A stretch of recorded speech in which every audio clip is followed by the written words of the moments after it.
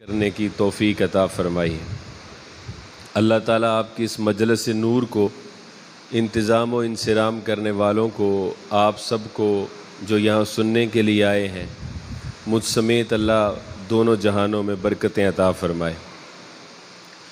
سیدنا عمر فاروق رضی اللہ تعالیٰ عنہ مراد رسول ہیں،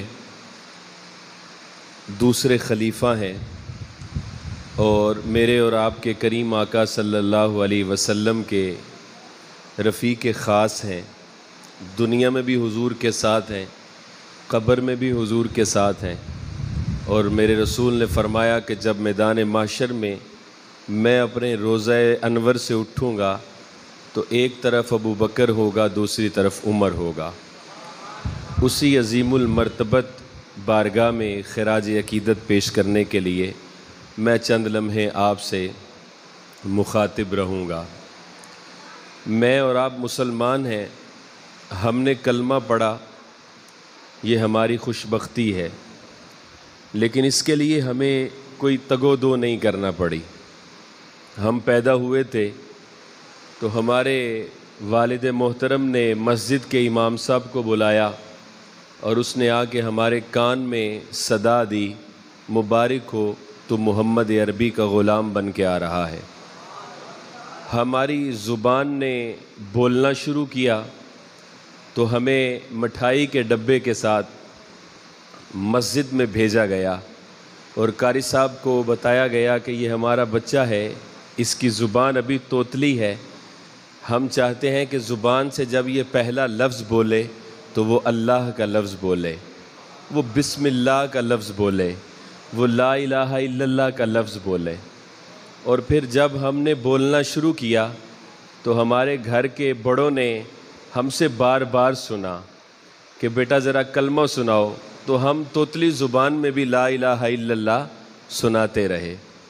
پھر ہم آگے بڑھے تو ہمارے والدین نے ہمیں مسجد میں پڑھانے کے لیے چھوڑ دیا۔ ہم نے سال، 2 سال، 3 سال لگا کے قرآن کو حفظ کیا۔ وہ کتاب مبین جو سینہ رسالت مآب پہ نازل ہوئی وہ ہمارے سینے میں محفوظ ہو گئی۔ پھر اس کے لیے ایک آمین کی مجلس سجائی گئی، رشتہ داروں کو بلایا گیا، مٹھائیاں بانٹی گئیں، کھانے کھلائے گئے، مبارکبادیاں دی جا رہی ہیں کہ مبارک ہو آج ہمارا بچہ حافظ قرآن بن گیا ہے۔ پھر ہمیں دین کی تعلیم کے لیے مدرسے چھوڑ آیا گیا، وہاں ہم نے درس نظامی، دیگر علوم حاصل کیے تو ہمیں سند امتیاز سے فراغت ملی، ہمارے سر پہ دستار بھی سجائی گئی۔ پھر ہم مسجد میں آئے، نماز پڑھی، قرآن پڑھا، ہمیں ہر طرف سے مبارکبادیں دی جاتی ہیں۔ ہم حج کرنے جاتے ہیں تو جاتے دعاؤں کے ساتھ رخصت کیا جاتا ہے، جب ہم واپس آتے ہیں تو پھولوں سے استقبال کیا جاتا ہے۔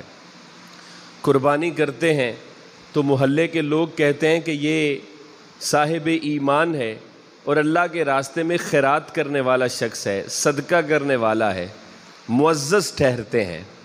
لیکن کبھی ہم نے سوچا ہی نہیں کہ یہ جو دین ہمیں کھلی راہوں کے ساتھ ملا ہے، اس کا ماضی کیا ہے؟ کیا جو ابتدائے اسلام کا زمانہ تھا، جو بانی اسلام تھے، جن کی وجہ سے ہم تک دین پہنچا ہے، وہ ہماری طرح کے مسلمان ہی تھے یا انہوں نے ہماری طرح کلمہ پڑھا تھا؟ کیا جب وہ مسجد میں آتے تھے تو ان کے لیے پنکھے چل رہے ہوتے تھے، ان کے لیے قالین بچھے ہوئے ہوتے تھے؟ کیا سردیوں میں ان کے لیے گرم پانی ہوتا تھا؟ تو ہم محو حیرت میں مبتلا ہوتے ہیں کہ میرے رسول نے غار حرا کی وادی سے جب قرآن سنا، لے کے مکہ میں پہنچے تو جو لوگ صادق اور امین کہتے تھے، جو بیگانے اپنا کہتے تھے، انہوں نے پرایا کر دیا۔ صادق اور امین کہنے والے معاذ اللہ جھوٹا کہنے لگ گئے تو مکے میں کسی نے قبول نہ کیا۔ سب سے پہلے جس نے قبول کیا وہ سیدہ خدیجہ الکبریٰ رضی اللہ تعالی عنہا تھیں، آپ کی زوجہ محترمہ تھیں۔ پھر یہ پیغام آپ کے رفیق خاص دوست، قریبی ساتھی ابو بکر صدیق نے قبول کیا۔ پھر یہ پیغام سیدنا علی المرتضیٰ نے قبول کیا، پھر یہ عمار ابن یاسر نے کیا، پھر حضرت سمیہ نے کیا۔ اب لوگ ایک ایک کر کے مصطفیٰ جان رحمت کے ساتھ جڑ رہے ہیں۔ کافروں کے دل جو ہے وہ ہلچل میں مبتلا ہو رہے ہیں کہ ایک شخص ہے، ہم اس کو ختم کر دینا چاہتے ہیں، لیکن 1 سے 2 ہو گئے، 2 سے 4 ہو گئے، 4 سے 6 ہو گئے، آج پھر 38 لوگ مکمل ہوئے تو ابو جاہل سے رہا نہ گیا۔ حضور گزر رہے ہیں تو اس نے ایک پتھر اٹھایا، اس کی نوک لا کے محمد عربی کے سر کے اندر دے ماری، یہاں تک کہ خون بہنے لگا۔ حضور خون آلود ہیں اور صحن کعبہ ہے، سر بسجود ہو گئے کہ مالک ان صلاتی و نسکی و محیای و مماتی للہ رب العالمین، میری ساری قربانیاں تیرے لیے ہیں۔ ادھر میرے رسول کے چچا حمزہ بن عبد المطلب شکار سے واپس آتے ہیں، نوجوان ہیں، سینہ چوڑا کیے ہوئے مکے کی گلی سے گزر رہے ہیں کہ 2 خواتین آپس میں بات کرتی ہیں کہ دیکھا یہ چچا ہے اور سینہ چوڑا کر کے کمان ہاتھ میں پکڑ کے بہادر بن کے گلیوں میں گھوم رہا ہے، اس کو پتہ ہے کہ اس کے یتیم بھتیجے کے ساتھ ابو جہل نے کیا سلوک کیا ہے۔ دوسری کہتی اگر اس کو پتہ ہوتا تو یہ سینہ چوڑا کر کے تھوڑی گھوم رہا ہوتا۔ تو سیدنا امیر حمزہ جو اس وقت صرف امیر حمزہ تھے، ان کے کان کھڑے ہوئے، کہا دوبارہ بتاؤ کیا ہوا ہے؟ کہا تمہارا جو بھائی فوت ہو گیا، عبداللہ جس کا نام تھا، اس کا ایک ہی بیٹا ہے جس کو محمد کہا جاتا ہے، اس کو ابو جہل نے مارا ہے، اتنا مارا ہے کہ لہو لہان ہو گیا ہے، تو تم یہاں سینہ چوڑا کر کے گھوم رہے ہو۔ حمزہ بن عبد المطلب کو غصہ آیا، جا کے صحن حرم میں جب دیکھا کعبۃ اللہ کے گرد سرداران قریش بیٹھے ہیں، اپنی اپنی مجلس لگا کے بیٹھے تھے، ڈھونڈا ان میں سے ابو جاہل کدھر ہے، وہ اپنے حواریوں کے ساتھ بیٹھا تھا۔ حمزہ نے کمان زور سے ابو جاہل کی پشت سے سر میں مارا کہ ابو جاہل بھی لہو لہان ہو گیا، اس کا سر بھی پھٹ گیا۔ اس کے حواری جلدی جلدی امیر حمزہ کو پکڑنے لگے تو ابو جاہل بڑا شاطر آدمی تھا، مقابلے میں امیر حمزہ بھی قریش کا سردار تھا، خود بھی اسی خاندان سے تھا، تو اس نے اپنے حواریوں کو روکا کہ کہیں خاندانی لڑائی نہ شروع ہو جائے۔ اس نے کہا کہ امیر حمزہ میں نے تیرے بھتیجے کا سر پھاڑا، لہو لہان کیا، تو نے میرا لہو لہان کیا، حساب برابر ہو گیا۔ امیر حمزہ وہاں سے پلٹ کے سیدی رسول اللہ کے پاس تشریف لاتے ہیں، یا ابن اخی، اے میرے بھائی کے بیٹے۔ حضور نے سر سجدے میں رکھا ہے، سر نہیں اٹھایا۔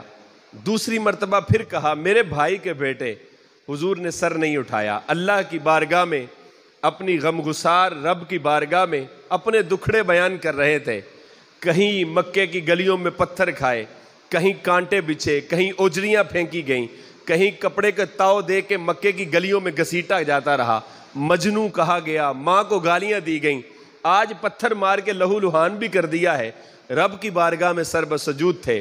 پھر آواز آئی یا ابن اخی، میرے بھائی کے بیٹے۔ حضور نے سر اٹھایا، ابھی سیدی رسول اللہ ایک لفظ نہیں بولے کہ امیر حمزہ جلدی جلدی خود ہی بولے کہ میں نے تمہارا بدلہ لے لیا ہے، اب تو تم خوش ہو۔ تو حضور نے فرمایا کہ چچا میں تو خوش نہیں ہوں۔ بھتیجے تم کیسے خوش ہوگے؟ کہا میں تب خوش ہوں گا جب جس رب کا میں کلمہ پڑھتا ہوں میرا چچا بھی اسی رب کا کلمہ پڑھے۔ فرمایا اگر تمہاری خوشی اسی میں ہے تو پڑھاؤ کلمہ اور مجھے بھی دامن اسلام میں داخل کر لو۔ 39واں شخص تھا جس نے اسلام قبول کیا، حضرت سیدنا امیر حمزہ رضی اللہ تعالیٰ عنہ۔ کفار پہلے ہی پریشان تھے، اب مسلمانوں کے قافلے کے اندر ایک سردار بھی شامل ہو گیا۔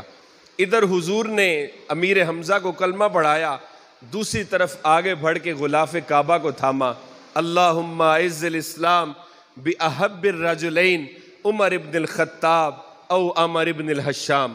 مالک ان 2 جوانوں میں سے ایک بندہ ہمیں دے دے، یا عمر ابن خطاب دے دے یا عامر ابن حشام دے دے۔ ابو جاہل کا دوسرا نام تھا۔ آج کتنے لوگ ہیں جو اس کے اصل نام کو بھی نہیں جانتے ہیں، اس لیے کہ مصطفیٰ کی بارگاہ سے جو رد کر دیا جاتا ہے لوگ اس کے نام کو بھی بھول جاتے ہیں۔ اللہ کی بارگاہ میں دعا کی، مالک نے دعا قبول کر لی۔ سیدنا امیر حمزہ کا اسلام قبول کرنا عرب کے اندر بہت بڑی ہلچل تھی۔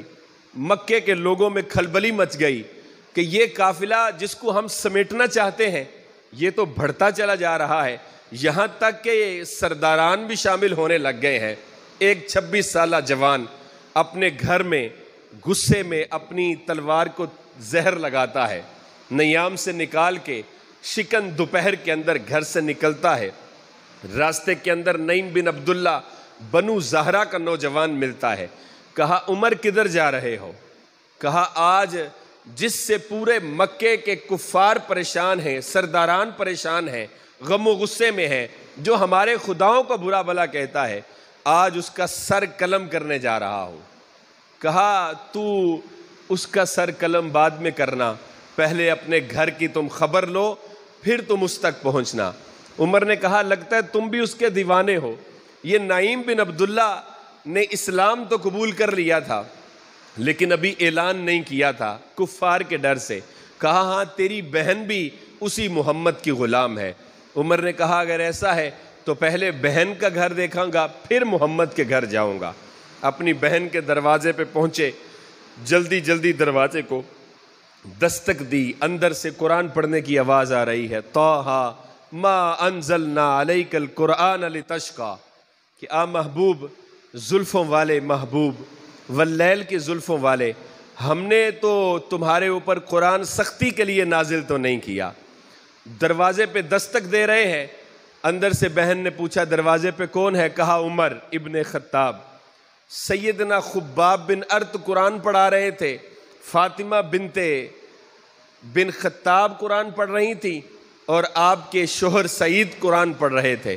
جلدی جلدی وہ چمڑا، وہ ہڈیاں، وہ پتے جس پہ بھی قرآن لکھا تھا اٹھایا اور بالکونی پہ رکھا۔ حضرت خباب بن ارت یہ وہ صحابی ہیں، یہ وہ قاری قرآن ہیں کہ جن کو پہلا قاری قرآن ہونے کا اعزاز حاصل ہے۔ خیرکم من تعلم القرآن وعلمہ کا پہلا مصداق جو شخص ٹھہرا وہ خباب بن ارت ہیں، اور آسانی سے قاری نہیں بنے ہیں، میری طرح نہیں ہے کہ ہم آئے تو نعرے لگ رہے تھے، پھول پھینکے جا رہے تھے، انتظار کیا جا رہا تھا، نہیں، بلکہ ان کے سینے کے اندر لوہے کی کنگھی کو چبو کے ایسے کھینچا گیا کہ آپ کی پسلیوں کے اوپر سے سارا گوشت اتر گیا اور پسلیاں آتی رہیں۔ تو کہا قرآن پڑھانا چھوڑو گے؟ فرمایا جان تو چلی جائے گی، قرآن پڑھانا کبھی نہیں چھوڑیں گے۔ وہ خباب بن ارت اندر قرآن پڑھا رہے تھے۔ حضرت عمر نے پوچھا کیا پڑھ رہے تھے؟ کہا قرآن پڑھ رہی تھی۔ فرمایا لاؤ مجھے بھی دو۔ بہن نے کہا میں تو تمہیں نہیں دوں گی۔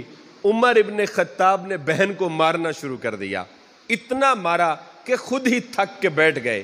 تو فاطمہ بنت خطاب نے کہا کہ عمر اگر تو خطاب کا بیٹا ہے تو میں بھی خطاب کی بیٹی ہوں، تو مارتے مارتے تھک سکتا ہے لیکن میں مار کھاتے محمد کے لیے تھک نہیں سکتی ہوں۔ فرمایا مجھے بتاؤ وہ کون سی ایسی چیز ہے جس نے اتنا دلیر کر دیا ہے، لاؤ مجھے بھی وہ قرآن دو۔ تو کہا لا یمسہ الا المطہرون، ہماری کتاب مبین کو پاکیزگی کے علاوہ نہیں چھوا جا سکتا۔ فرمایا مجھے کیا کرنا پڑے گا؟ کہا غسل کرنا پڑے گا۔ عمر بھی نہیں جانتا تھا، فاطمہ بنت خطاب بھی نہیں جانتی تھی کہ مصطفیٰ کریم کی دعا قبول ہو چکی ہے۔ عنایت کا جوڑا، اجابت کا جوڑا، عنایت کا صحرا، دلہن بن کے نکلی دعائے محمد۔ حضور کی دعا تھی، ادھر عمر غسل کر رہا ہے، ادھر سے کفر اس کے جسم سے دل رہا ہے۔ آ کے بیٹھے، خباب بن ارت کو بولا قرآن سناؤ۔ حضرت سیدنا خباب بن ارت قرآن سنا رہے ہیں، عمر کی آنکھوں سے آنسو جاری ہیں، جسم پہ کپ کپی طاری ہے۔ کہا مجھے بتاؤ تمہارا محمد رہتا کدھر ہے؟ کہا آؤ دار ارقم کے چبوترے پہ تمہیں لے چلتے ہیں۔ یہ پہلی اسلام کی درسگاہ تھی۔ عمر ابن خطاب کو وہاں لے جایا گیا۔ سیدنا امیر حمزہ عمر کو دیکھ کے کھڑے ہو گئے، تلوار نیام سے نکال لی۔ اگر عمر برے ارادے سے آیا ہے تو اس کا سر قلم کروں گا۔ فرمایا عمر برے ارادے سے نہیں آیا، آج عمر تمہاری صفوں میں شامل ہونے کے لیے آیا ہے۔ وہ تلوار، وہ اسلحہ جو اس وقت کا اسلحہ تھا، وہ حضور کے قدموں پہ رکھا، غلامی قبول پی، کلمہ پڑھا، 40 لوگ ہوئے، اتنی زور سے نعرہ لگا کہ پورے مکے کی جو جتنی آبادی تھی سب نے صبح کہ 40 لوگوں نے آج اللہ اکبر کا نعرہ لگایا ہے۔ پہلا سوال کیا کیا؟ یا نبی اللہ کیا ہم حق پر نہیں ہیں؟ کہا ہم حق پر ہیں، اور میں اگر حق پر ہیں تو پھر آج کے بعد ہم چھپ کے عبادت نہیں کریں گے۔ 20 لوگوں کی 2 قطاریں بنائی گئیں، ایک کے آگے سیدنا امیر حمزہ، دوسری کے آگے سیدنا عمر ابن خطاب، اور درمیان میں جان کائنات حضرت محمد مصطفیٰ ہے۔ آپ مکہ المکرمہ میں صحن حرم میں پہنچے اور علل اعلان پہلی عبادت سیدنا عمر فاروق رضی اللہ تعالیٰ عنہ کے اسلام قبول کرنے کے بعد کی گئی۔ صاحب یہ وہ شخص ہے کہ جس کو میرے رسول نے مانگ کے لیا ہے۔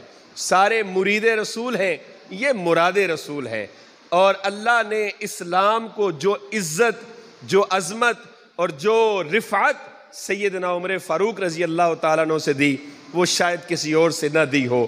اور پھر حضرت عمر فاروق نے جتنے کام کیے علل اعلان کیے۔ حضرت عمر نے اسلام قبول کیا تو اسلام قبول کرنے کے بعد مکے کی گلیوں میں دروازوں پہ دستک دے دے کے کہا کہ تم پہلے جو مسلمان ہوتے تھے ان کو مارتے تھے، ڈراتے تھے، دھمکاتے تھے، بائیکاٹ کرتے تھے، اور وہ تم سے کمزور تھے اور ڈر جاتے تھے۔ عمر نے اسلام قبول کیا ہے، اگر کسی نے اپنی بیوی کو بیوہ کرنا ہے تو وہ سامنے آئے، عمر کی تلوار اس کا مقابلہ کرے گی۔ سیدنا عمر گلیوں میں لوگوں کو بتا رہے ہیں میں نے اسلام قبول کیا، تو ایک راستے میں ایک خاتون ملی، زنیرہ اس کا نام تھا۔ حضرت سیدنا عمر فاروق نے جب لوگوں کو صدا دی کہ میں مسلمان ہو گیا ہوں، تو وہ خاتون آگے آ گئی۔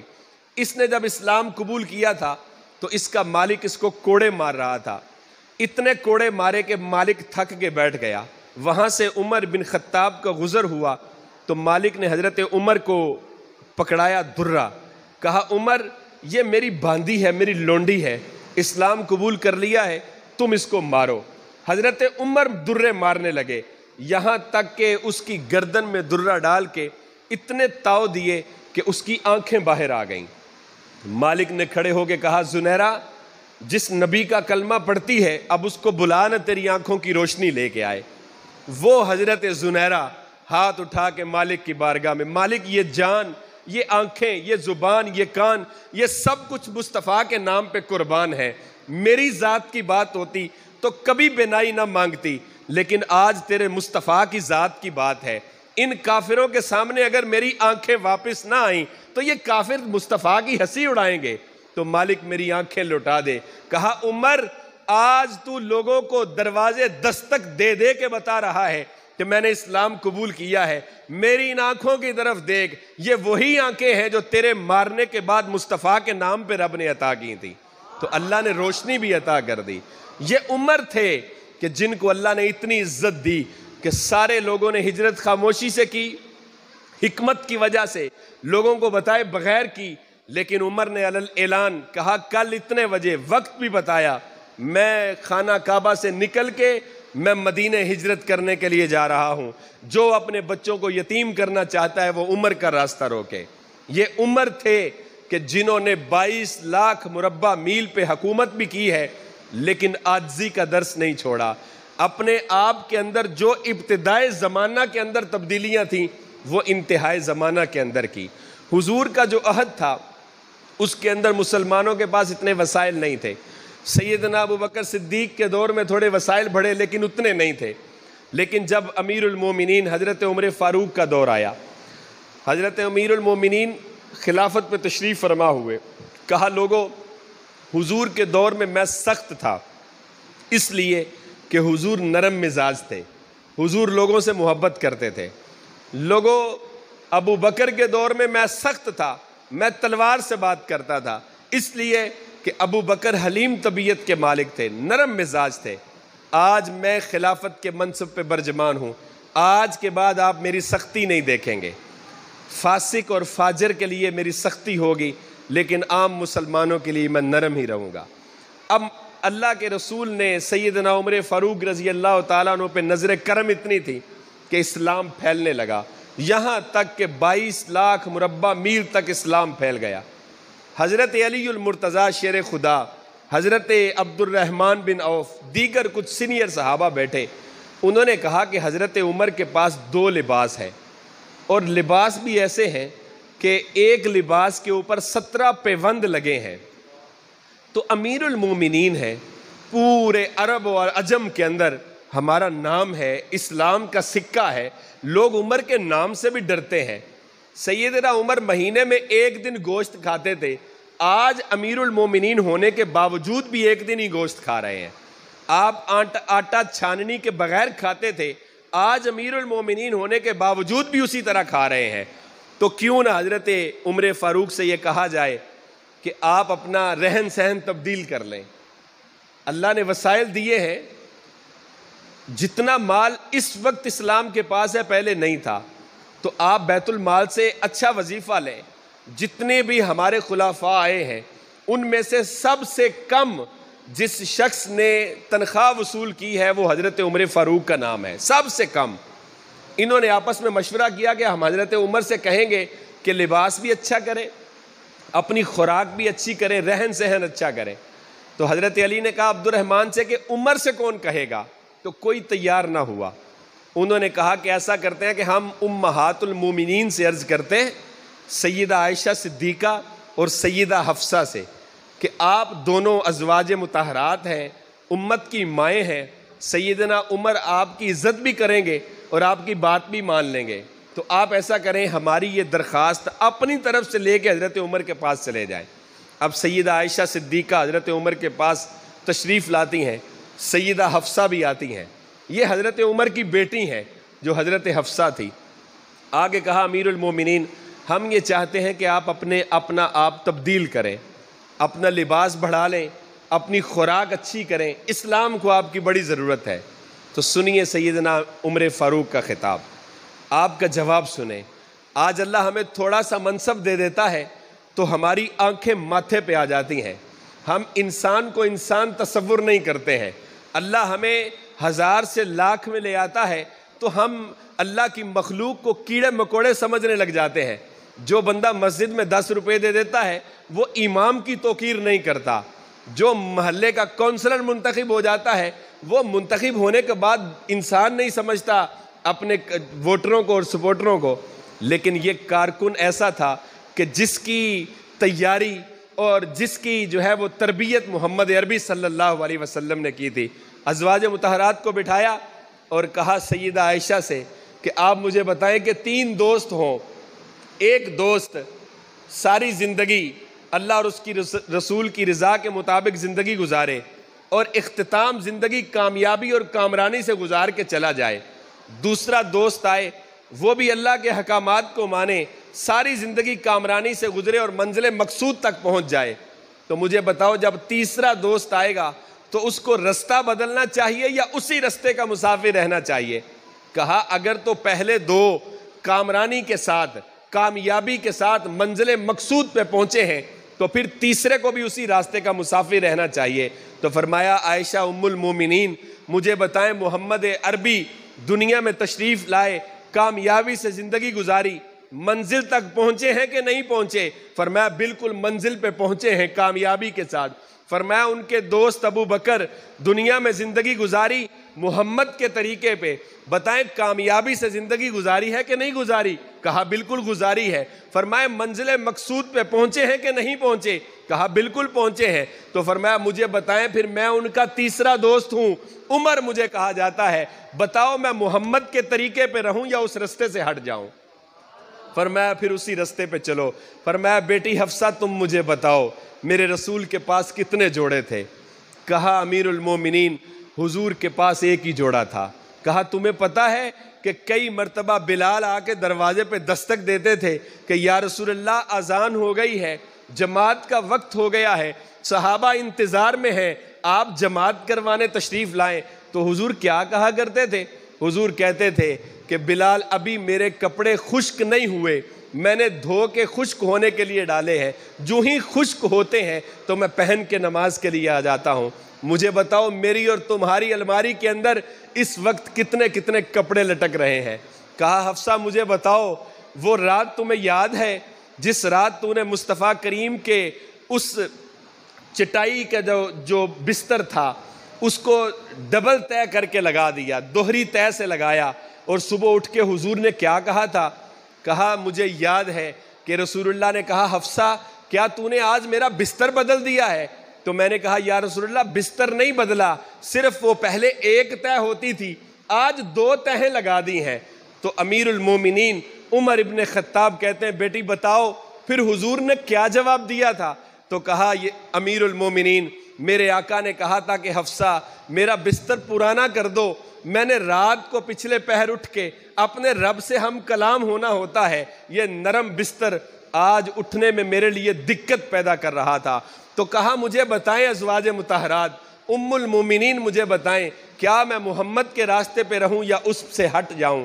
کہا اگر مجھے پتہ چل جائے کہ آپ کو کس نے میرے پاس بھیجا ہے تو میں ان کو کوڑے لگواؤں جو مجھے میرے دوست ابو بکر اور میرے نبی محمد کے راستے سے ہٹانا چاہتے ہیں۔ صاحب مجھے اور آپ کو اپنی زندگی کا محاسبہ کرنا ہے کہ ہم کہاں کھڑے ہیں۔ ہم تو زمین کے 1 انچ کے بھی مالک نہیں ہیں، ہماری بات تو ہمارا بیٹا ماننے کے لیے تیار نہیں ہے۔ یہ وہ عمر بات کر رہے ہیں کہ جن کی بات ہوا بھی مانتی ہے، جن کی بات دریائے نیل بھی سنتا ہے، جن کی بات زمین بھی سنتی ہے۔ آپ کہیں گے کہ جوش خطابت میں یہ جملہ بول رہے ہیں، تو ہرگز ایسا نہیں ہے۔ مصر فتح کیا مسلمانوں نے تو وہاں دریائے نیل تھا جو بہنا چھوڑ گیا۔ گورنر نے خط لکھا امیر المومنین کو کہ یا امیر المومنین یہ جو دریا ہے یہ ہر سال ایک دوشیزہ دلہن بنا کے زیورات سے آراستہ کر کے یہ اس کے دریا میں برد کی جاتی ہے، گرائی جاتی ہے، دریا میں پھینکی جاتی ہے تو یہ پانی چلتا ہے۔ اسلام تو ہمیں ان چیزوں سے منع کرتا ہے، لیکن خشکی اتنی ہے، قحط اتنا پڑ گیا ہے کہ پانی کی اشد ضرورت ہے، تو بتائیں کیا کریں؟ تو امیر المومنین نے خط لکھا بسم اللہ الرحمن الرحیم، اللہ کے نام کے ساتھ شروع کیا اور کہا کہ دریا اگر تو اللہ کے حکم سے چلتا تھا تو چل، اگر تو اللہ کے حکم کے بغیر کسی اور کے حکم کا تابع ہے تو تیرے پانی کو امت مصطفیٰ کو ضرورت ہی نہیں ہے۔ وہ آج 14 صدیاں گزر گئی ہیں، آپ تاریخ پڑھیں کہ وہ اس وقت سے لے کے آج تک ہزاروں دریا موجود ہوں گے دنیا میں، پانی آتے ہیں، بہتے ہیں، رکتے ہیں، خشک ہوتے ہیں، لیکن وہ دریا آج بھی اسی طرح چل رہا ہے۔ زمین پہ زلزلہ آتا ہے، امیر المومنین کوڑا مارتے ہیں، کہا زمین رک جا، کیا تجھے نہیں پتا، کیا تیرے اوپر عمر نے عدل نہیں کیا؟ یہ وہ عمر کوڑا مار رہا ہے کہ جس نے کہا تھا کہ اگر کوئی ایک کتا بھی پیاسا مر گیا تو عمر کو اس کا جواب دینا پڑے گا۔ چاہے مجھے اور آپ کو یہ سوچنا ہے کہ وہ عمر جن کے نام سے ہمارے دلوں میں آج روشنی ہے، جن کی محنتوں سے، جن کی کاوشوں سے آج اسلام میرے اور تمہارے تک پہنچا ہے، وہ تو 22 لاکھ مربع میل پہ حکومت کرتے تھے، ہواؤں، دریاؤں، پانی، آگ بھی حکم مانتی تھی۔ لاوا پہاڑ سے پھٹا، مدینے کی جانب بڑھا، لوگوں نے بھڑ کے عمر سے کہا کہ عمر آگ مدینے کی جانب آ رہی ہے تو کیا کریں؟ تو جانتے ہو کہ تاریخ اسلام کا وہ روشن باب عمر نے کیا کیا؟ اپنی قمیض اتاری اور کہا جا کے آگ کے آگے کرو، اور قمیض کی برکت سے وہ آگ مدینے سے دور چلی گئی۔ میری اور آپ کی حیثیت کیا ہے؟ لیکن آج ہم حضور کے راستے سے ہٹ چکے ہیں۔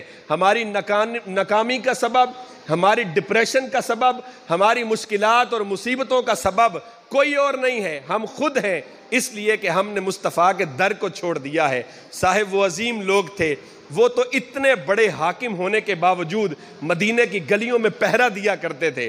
یہ بچپن میں دوسری تیسری کتاب میں کہانی پڑھی ہے کہ ایک ہنڈیا تھی جس کے اوپر پتھر اور پانی رکھا تھا، اور وہ بڑھیا کہتی تھی کہ بیٹا سو جاؤ، کھانا پکے گا تو دے دوں گی۔ یہ کوئی قصہ کہانی نہیں ہے، یہ حقیقت ہے کہ سیدنا عمر بیس بدل کے مدینے کی گلیوں میں گشت کر رہے ہیں کہ ایک گھر سے دھواں نکل رہا تھا۔ رات کا پچھلا پہر، عمر حیران ہوئے، آگے گئے، واپس آئے تو پھر دھواں نکل رہا تھا، پھر حیران ہوئے، 2-3 گھنٹے کے بعد، کافی لمحات گزرنے کے بعد دوبارہ آئے تو پھر دھواں نکل رہا تھا۔ دروازے پہ دستک دی، عورت نے پوچھا کون ہے؟ تو فرمایا مسافر ہوں۔ کہا کیا مسئلہ ہے؟ کہا پریشانی لگ گئی ہے، تیرے گھر سے دھواں نکل رہا ہے۔ تو فرمایا تجھے کیا پریشانی ہے؟ دھواں میرے گھر سے نکل رہا ہے۔